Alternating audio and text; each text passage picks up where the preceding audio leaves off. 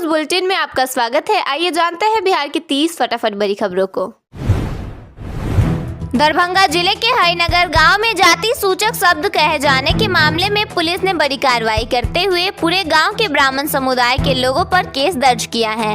इस मामले में 70 लोगों को नामजद किया गया है, जबकि करीब 150 पंडितों को आरोपी बनाया गया है। पुलिस अब तक 12 लोगों को गिरफ्तार कर चुकी है। मुख्यमंत्री नीतीश कुमार के बेटे निशांत वृंदावन पहुंचे, जहां वे बिना किसी वीआईपी प्रोटोकॉल के साधारण तरीके से रिक्शा पर घूमते हुए नजर आए। इस दौरान उन्होंने भगवान कृष्ण की पूजा अर्चना भी की। हॉस्टल से जुड़े विवाद में पप्पू यादव द्वारा लगाए गए आरोपों पर जेडीयू विधायक ने पलटवार किया है। विधायक पप्पू वर्मा ने कहा कि पूर्णिया के सांसद अस्पतालों से रंगदारी मांगते थे, जिससे आरोप प्रत्यारोप का सिलसिला तेज हो गया है। पावर स्टार पवन सिंह का एक वीडियो सामने आया है, जिसमें वे स्टेज पर एक मिस्ट्री गर्ल को गले लगाते नजर आ रहे हैं। उन्होंने कहा कि प्यार करना गुनाह नहीं है। बताया जा रहा है कि यह वीडियो यूपी के सिद्धार्थनगर महोत्सव का है। सारण जिले के एक मंदिर का झंडा तोड़े जाने के बाद दो पक्षों के बीच विवाद हो गया। स्थिति को देखते हुए प्रशासन अलर्ट हो गया है और गांव में पुलिस कैंप कर रही है। मोतिहारी के कोटवा थाना क्षेत्र में पुलिस मित्र बनाने के नाम पर ठगी का मामला सामने आया है। आरोप है कि 41 उम्मीदवारों से 50,000 रुपए लेकर 1 लाख रुपए तक वसूले गए। फर्जी आईडी कार्ड भी बनाए गए हैं और मामले में एफआईआर दर्ज कर ली गई है। राज्यसभा में पटना का नाम बदलकर पाटलिपुत्रा करने की मांग उठी है। आरएलएम सुप्रीमो उपेंद्र कुशवाहा ने इसे गौरव का प्रतीक बताते हुए नाम परिवर्तन की वकालत की है। नालंदा में बेटे की चाहत पूरी नहीं होने पर पति ने पत्नी और अपनी 2 बेटियों को जहर खिलाकर उनकी हत्या कर दी। बताया गया कि दोनों की शादी 2015 में हुई थी। मृतका के भाई ने आरोप लगाया कि 4 दिनों से उन्हें खाना नहीं दिया जा रहा था। पटना में सरकारी बस के जरिए शराब तस्करी का मामला सामने आया है। रांची से मुजफ्फरपुर शराब की खेप ले जाई जा रही थी। गुप्त सूचना के आधार पर पुलिस ने कार्रवाई करते हुए ड्राइवर समेत 2 लोगों को गिरफ्तार कर लिया। मुजफ्फरपुर में एक पत्नी ने अपने प्रेमी के साथ मिलकर पति की हत्या कर दी। मृतक की मां ने बताया कि उसका बेटा अवैध संबंधों का विरोध करता था।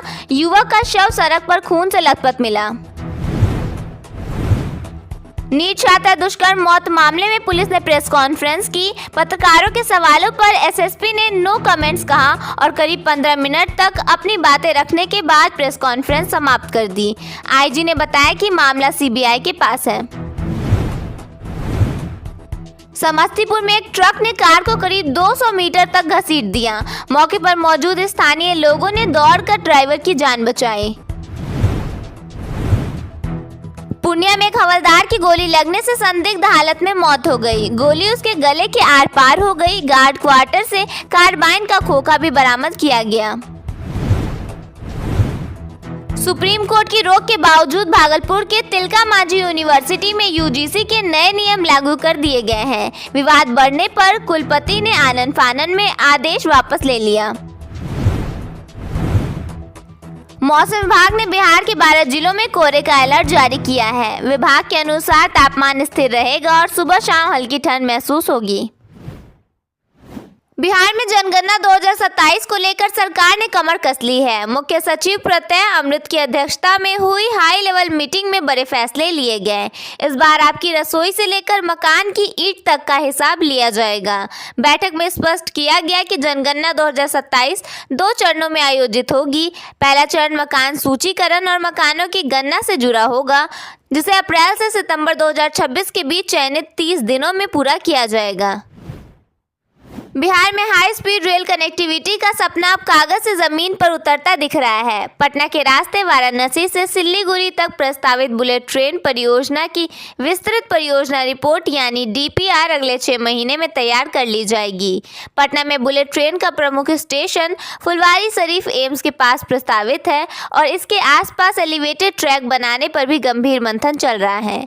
योजना यह है कि शहर के भीतर जमीन की कमी और ट्रैफिक दबाव को देखते हुए अधिकतर हिस्सा एलिवेटेड रखा जाए ताकि शहरी ढांचे पर कमी असर पड़े।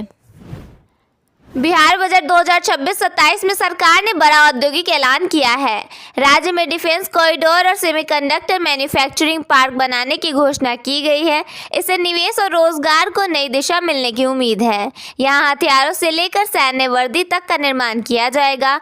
ड्रोन, तोप, AK-47, कार्बाइल, पिस्तल और स्नाइपर राइफल जैसे आधुनिक हथियार भी यहाँ बनाए जाने की योजना है। बिहार बजट 2026-27 में राज्य की सड़क, पुल परियोजनाओं और बिजली को खास प्राथमिकता दी गई है। वित्त मंत्री विजेंद्र यादव ने बजट पेश करते हुए बुनियादी ढांचे और ग्रामीण कनेक्टिविटी पर जोर दिया। सरकार का संदेश स्पष्ट है, सड़क जहां, विकास वहां।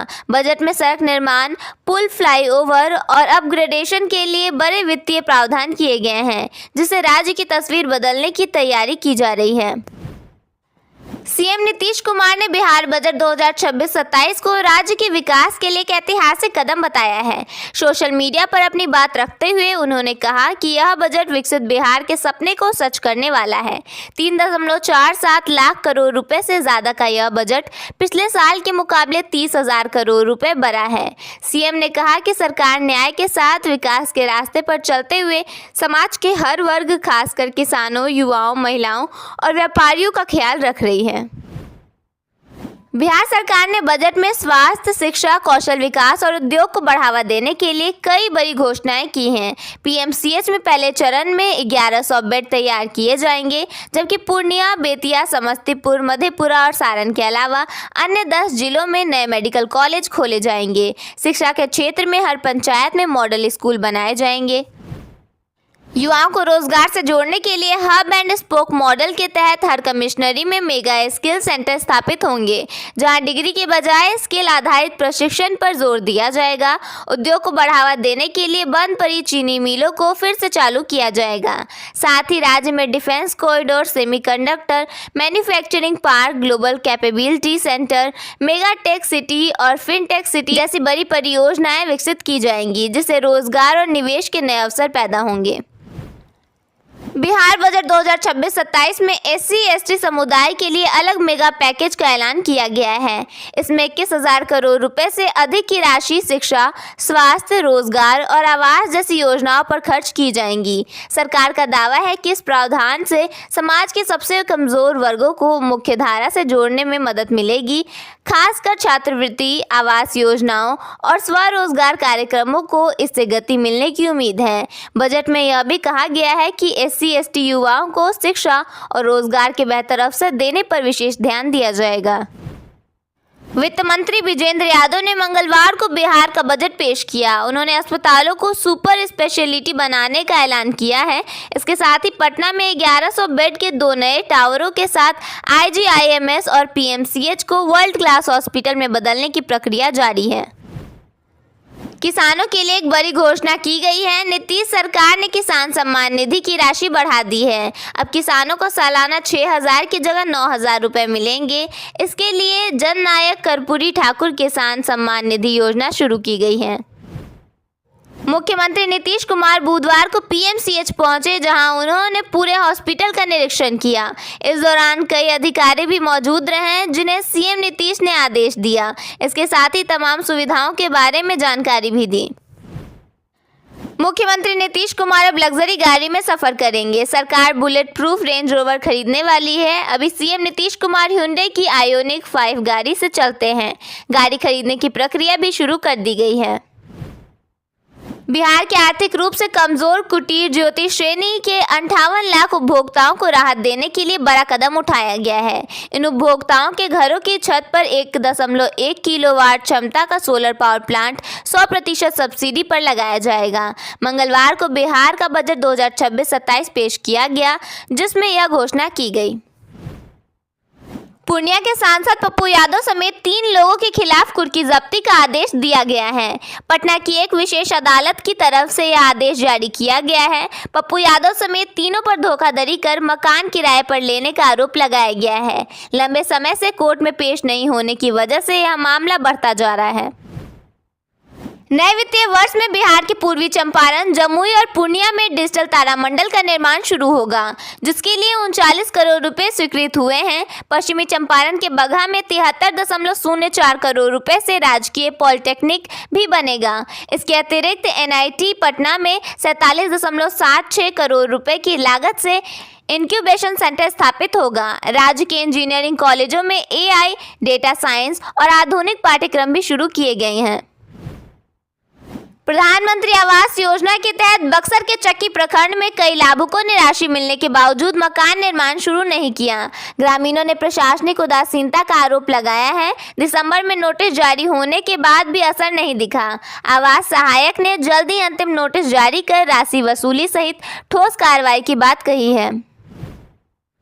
बिहार बजट में लघु जल संसाधन और जल संसाधन विभागों के प्रावधानों से अमरपुर प्रखंड के किसानों को बड़ी राहत मिली है। जल संरक्षण, सिंचाई विस्तार और बाढ़ नियंत्रण पर जोर देने से कृषि आधारित क्षेत्रों को सीधा लाभ होगा।